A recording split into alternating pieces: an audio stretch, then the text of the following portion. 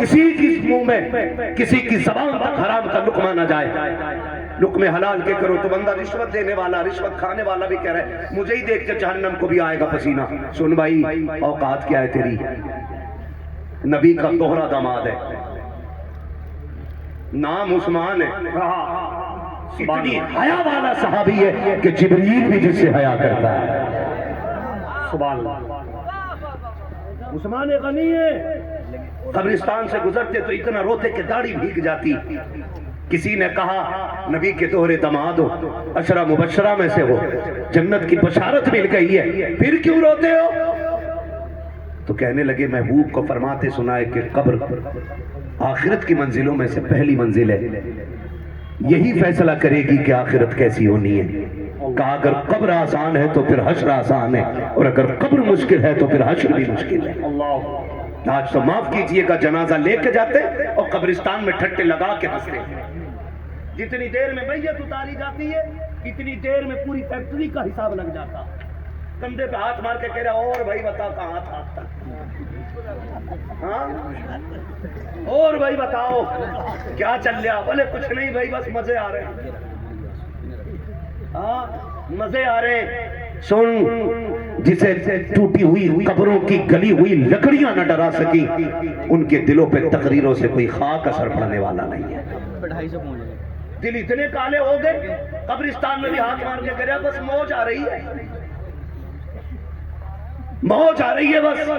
اللہ کے بندے یہ دیکھ, جس جنازے کے ساتھ آیا نا, اگر تو سوچ رہا ہے کہ تو لے کے آیا اسے تو دھوکے میں ہے, یہ تجھے لے کے آیا ہے. یہ جو کفن میں لیٹا یہ لے کے آیا ہے, اور یہ تجھے بتا رہا ہے ایک دن تجھے بھی یہاں آنا ہے.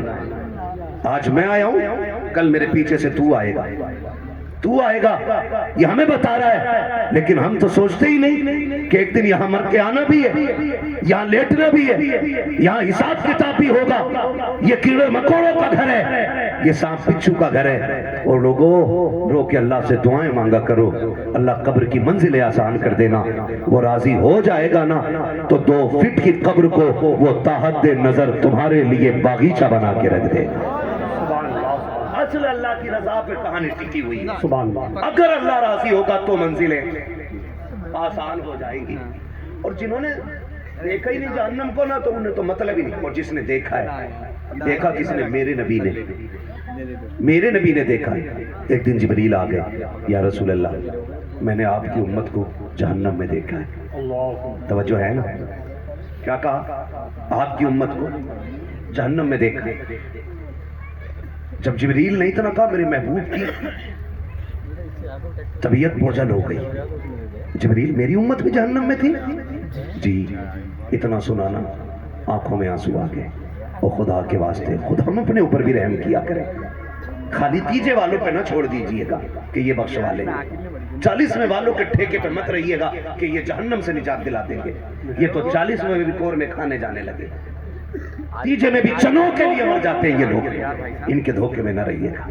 اگر یہ پڑھ دے دل سے تو ان کا شکریہ, ہاں ورنہ نہیں پڑھنا چاہتے. وہاں بھی بیٹھ کے حساب لگا رہا گاڑی کو چکر ماری, یہ ہو رہا ہے. دھوکے میں نہ رہیے گا, اپنے لیے خود انتظام کریں. اپنے لیے. محبوب علیہ السلام نے سنا, آنکھ میں آنسو آ گئے, مدینہ چھوڑ دیا, جنگلوں کی طرف نکل گئے. 1 دن 2 دن 3 دن گزر گئے, حضور کا پتہ نہیں ملا. وہ صحابہ جو ایک لمحہ حضور کے بغیر نہیں رہ سکتے تھے, انہوں نے 3 دن کیسے گزارے ہوں گے یہ صحابہ ہی جانتے. تڑپ گئے, بے قرار ہو گئے, حضور کہاں ہیں کہاں ہیں, نہیں مل رہے مصطفیٰ کہیں. تو حضرت ابو ہریرہ باہر نکل گئے بستی کے. ایک چرواہے سے جا کے سوال کر لیا میرے محبوب دیکھے کیا؟ اس نے کہا میں تو نہیں جانتا محبوب کون ہے. کہا ان کی نشانی ہے کہ جب وہ چلتے ہیں تو خدا کی رحمتیں نازل ہوتی ہیں, وہ بولتے ہیں تو قرآن کی آیت بن جاتی ہے, وہ مسکراتے ہیں تو رحمتوں کی بارش ہونے لگ جاتی ہے. اس نے کہا میں نے دیکھا تو نہیں ایسا بندہ, لیکن اتنا پتا ہے کہ یہ جو سامنے غار نظر آ رہی ہے نا, اس غار میں کوئی اس درد سے روتا ہے کہ میری بکریاں اس کی آواز سن کے چرنا چھوڑ دیتی. توجہ کیجئے, یہ چرواہا بتا رہا تھا ابو ہریرہ سے کہ میں نے دیکھا ہے کہ جو اس غار میں بندہ روتا ہے کہ اس کی آواز سن کے میری بکریاں چلنا چھوڑ دیتی ہیں.